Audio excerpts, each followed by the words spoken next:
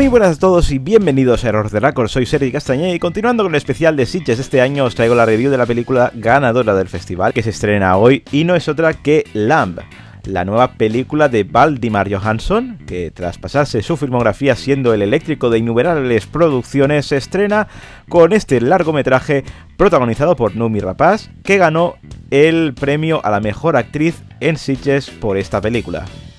Una pareja sin hijos descubre un misterioso recién nacido en su granja de Islandia. El potencial de crear una familia les trae mucha alegría, pero también podría destruirles. Cuando hace unos meses hice mi primer vídeo del festival, ya dije que esta película era material del bueno para los gafapasters del lugar.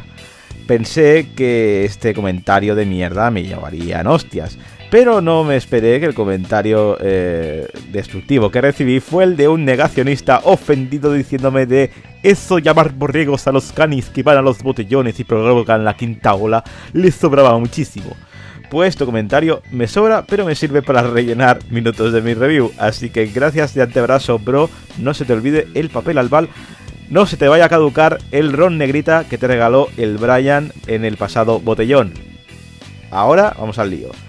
Lo mejor es la interpretación de Noomi Rapace, que la verdad lleva a cuestas todo el film y ella hace que no decaiga el film en sí en demasía. El final para mí personalmente me sorprendió y eso que en general la película es bastante previsible.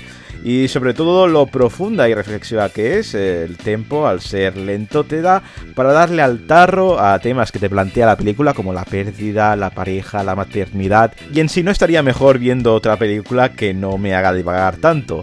Lo peor es que el mal llamado folk horror de la A24, que distribuye esta película en Estados Unidos, a mí la verdad el terror aquí brilla por su ausencia, porque ¿para qué le llamas folk horror cuando le puedes llamar drama costumbrista con toques fantásticos?